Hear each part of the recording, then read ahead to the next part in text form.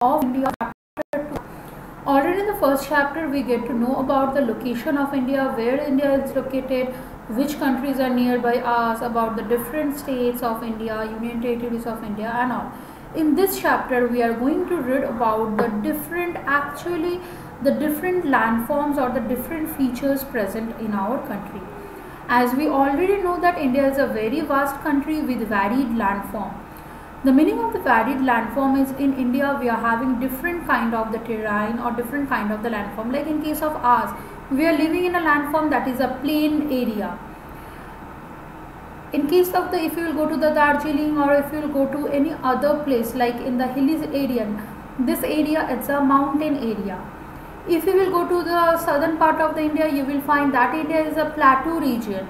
If you will go to the northwestern part of India like the Gujarat or the Rajasthan side, it is a desert area. If you will go to the Andaman or you will go to the Lakshadweep, you all know that this is a island regions. It is totally covered from all the sides by the water. So this is the basic thing about the landforms. In India we are having the varied landform. Why it is said that we are having a varied landform?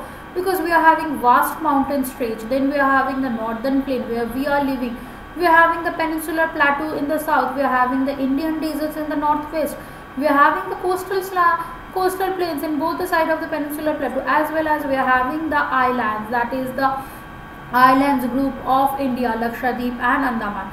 So because of the presence of this variety only, we can say that India having a varied landform, or India it's a country with varied landform. Now in case of this geographical variation, the peninsular plateau is the oldest landmass of India.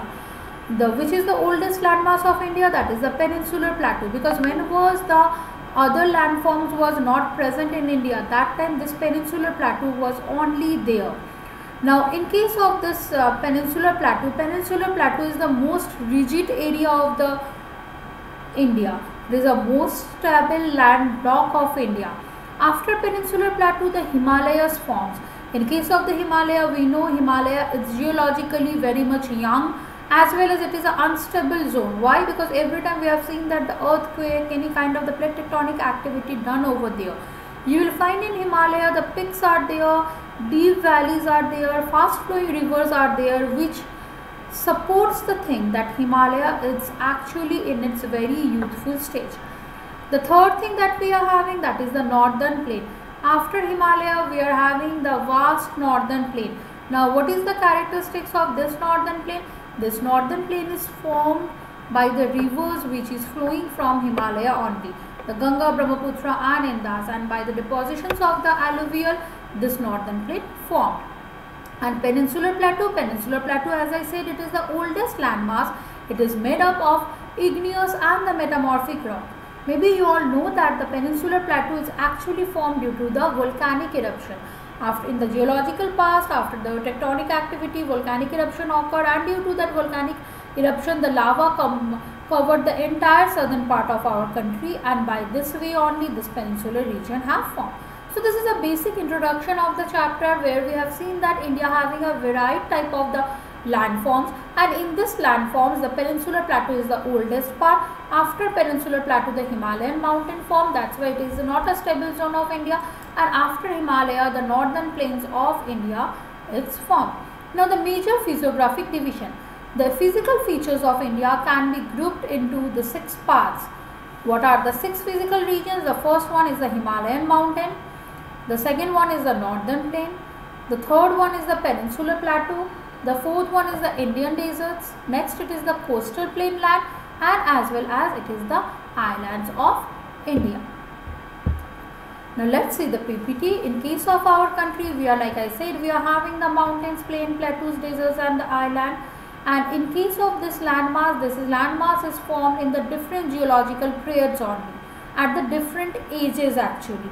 All the landmass doesn't form together, this all formed in the various time only.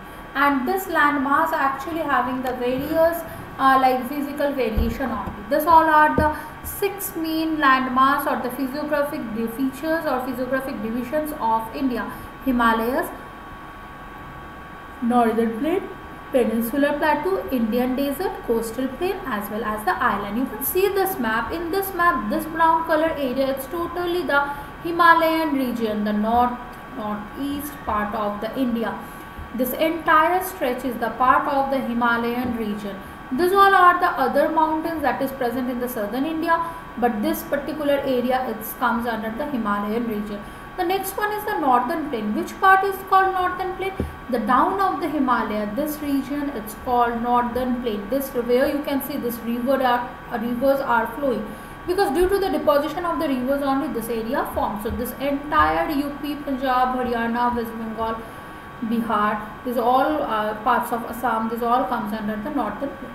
Next we are having Indian desert. This is the area of the Great Indian Desert. The Great Indian Desert, we know this is known as a third desert also, that is located in the northwestern part of India, the western part of the state Rajasthan.